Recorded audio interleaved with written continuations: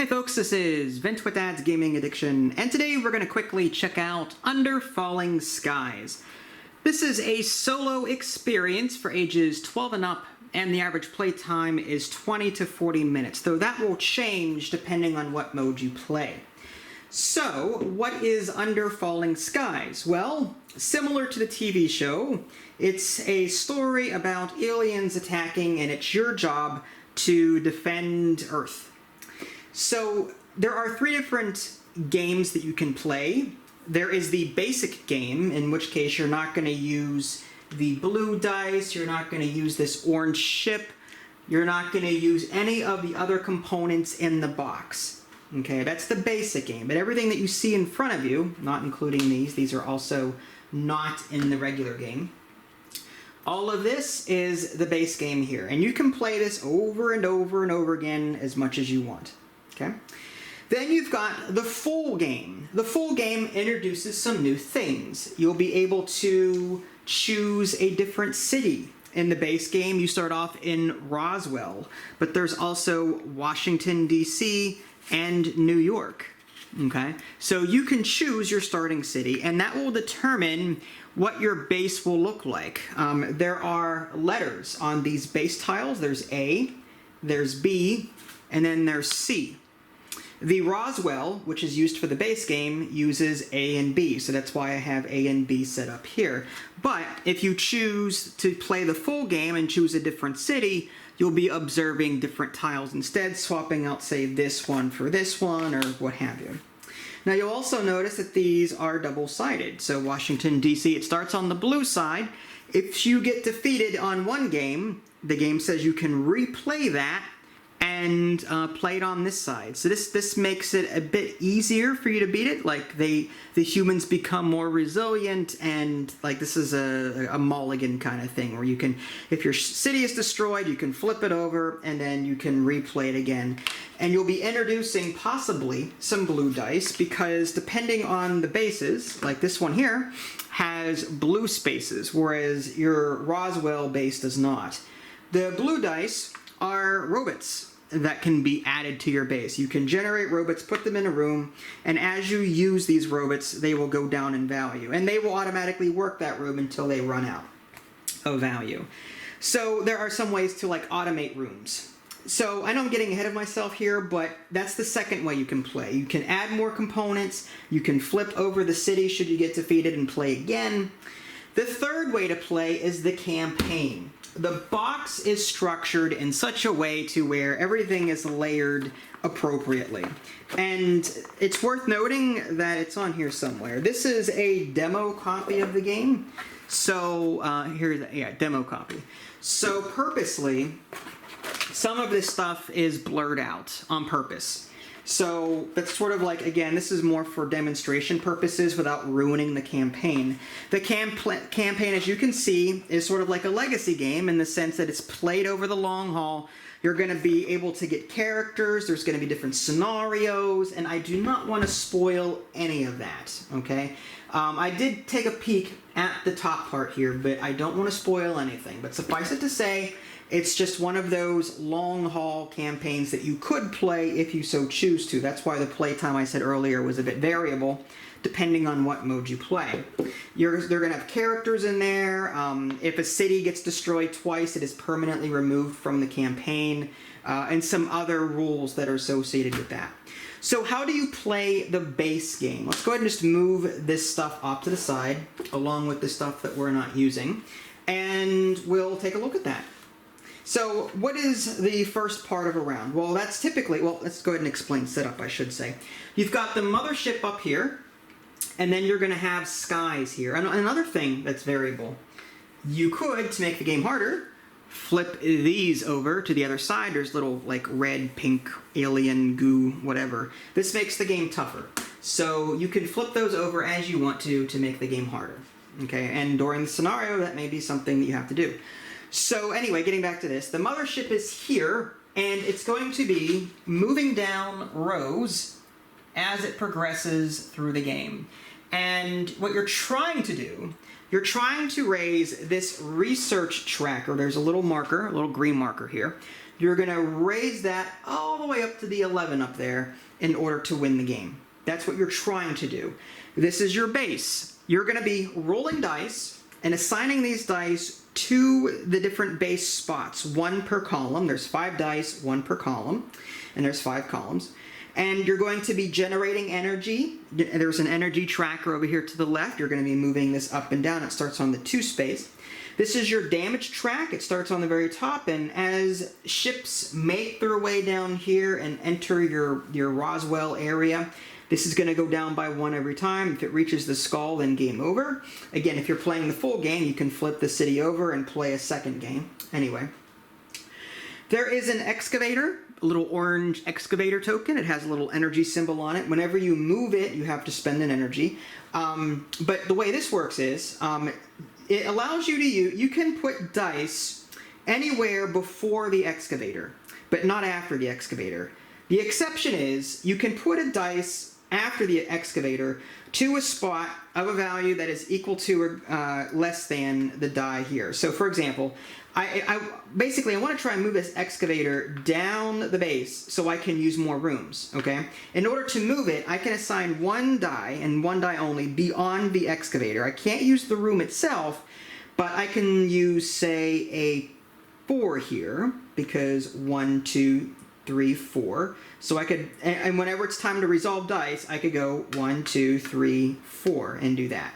I could have used a 5 here because, again, the value is equal to or less than the number of spots I'm moving. I could have used a 6. I could not have used a 3 because the 3 would have only got me to there. So it has to move onto the space that you put the die onto, and the value has to be equal to or greater than the number of spaces that you're moving. Okay, that's how the excavator works, and again, that opens up more rooms. Alright, so again, you're going to be using dice onto these locations to activate things and try and destroy the aliens before they get down there, and slow them down long enough to get the research track all the way up. These white ships are placed off to the side. These are extra ships that may spawn during the game. The pink ships are set already in the ready spot up here, so they're already ready to move down. And let's get just a brief demonstration of what a round would typically play like. So the first thing you do is you roll all of the dice, okay? And there's, 1, 2, it's actually not too bad. Whenever you place a white die, you have to re-roll the rest. You have to, it's a mandatory thing. So I may want to place the 1 first. Now, the way this works, there's spots up here for anti-air. Whenever you place a die up here, it reduces the amount of spaces an enemy ship moves by 1. Enemy ships move based on whatever die value is in that column. So if I put a 6 here, for example, on this column, then this ship will move 6. And then whatever space it lands on, it will resolve appropriately. There are a number of different spaces, and I'll zoom in on that in a minute to show you what they do.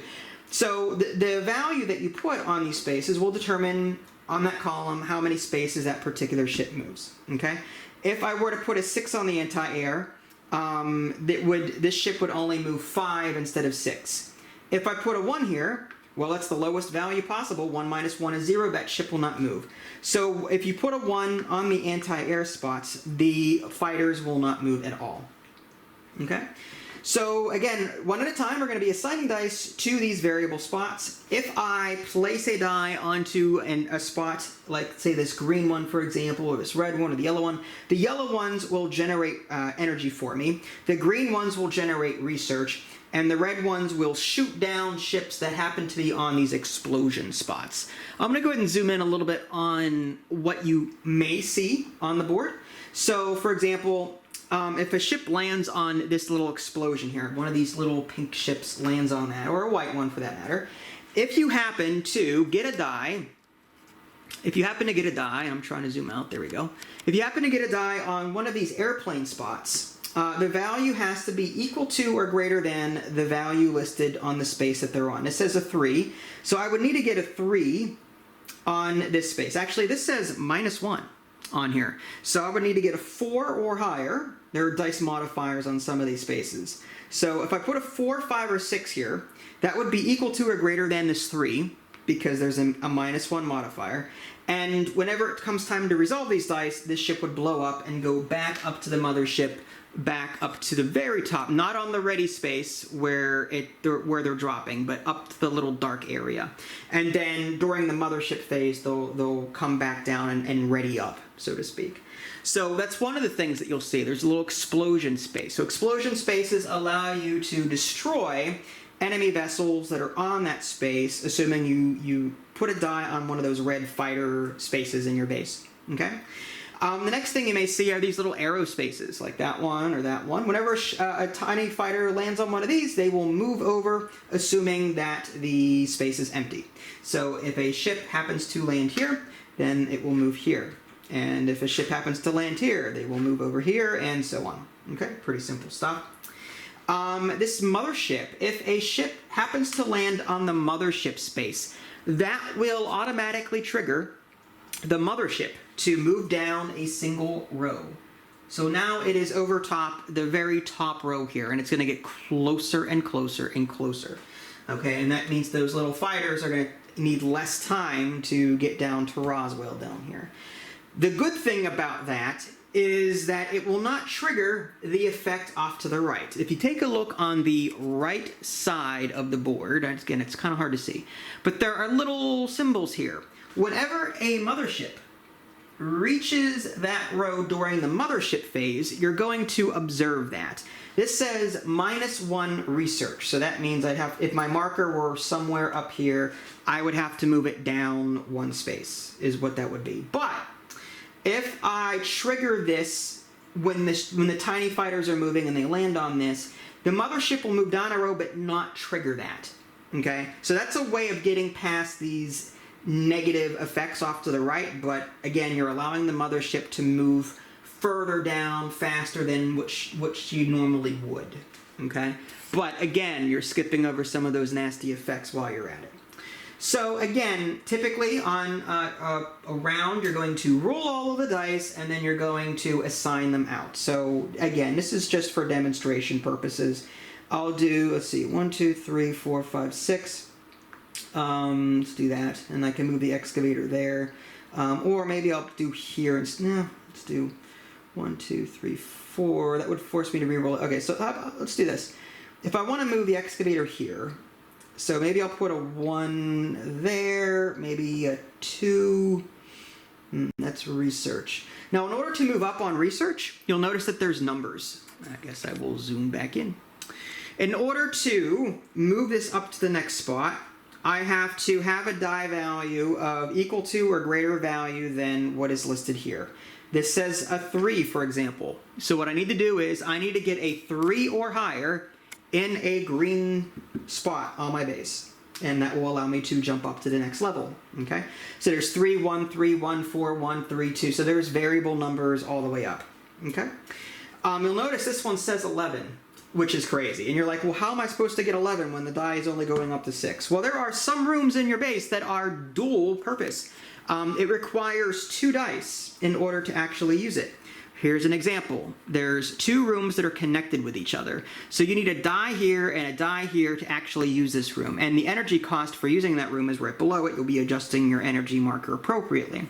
So to get to that 11, you may have to even excavate all the way down here, get like a 6, a 4, and a 2, or that would be 12. So you could do that.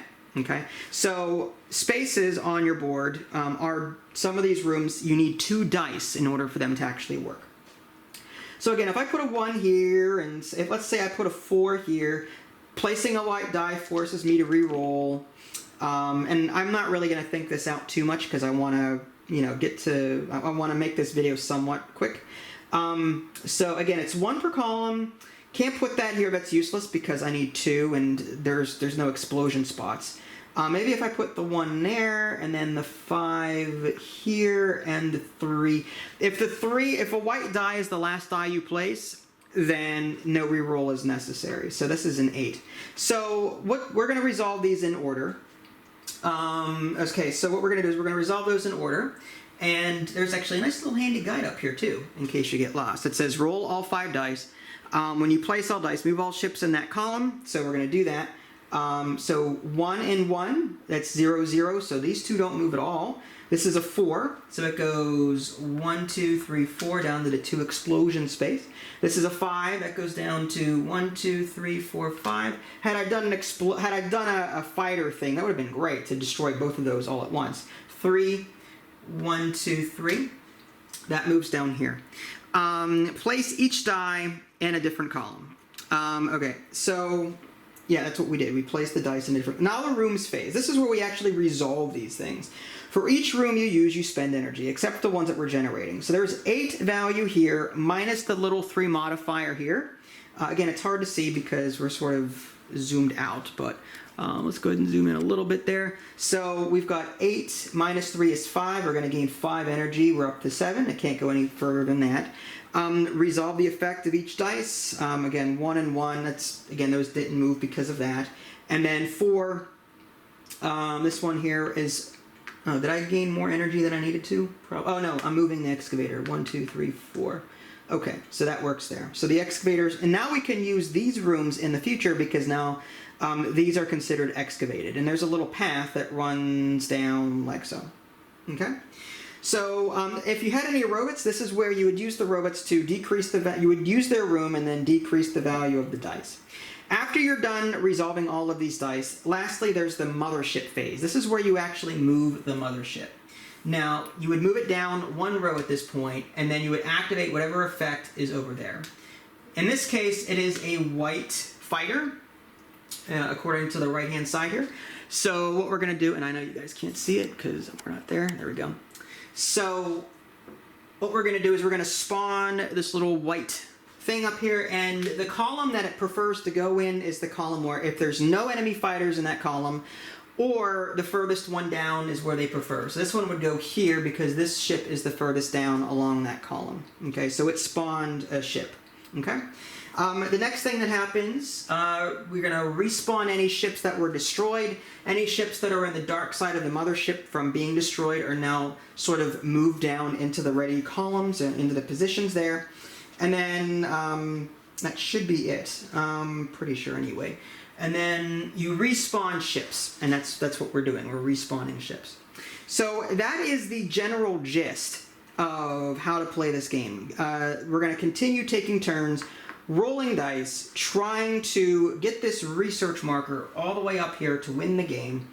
Before these fighters get down to our base and blow it to smithereens. That's the general gist of it. Again, that is just the base game. The campaign is in the box. It's very heavy, by the way.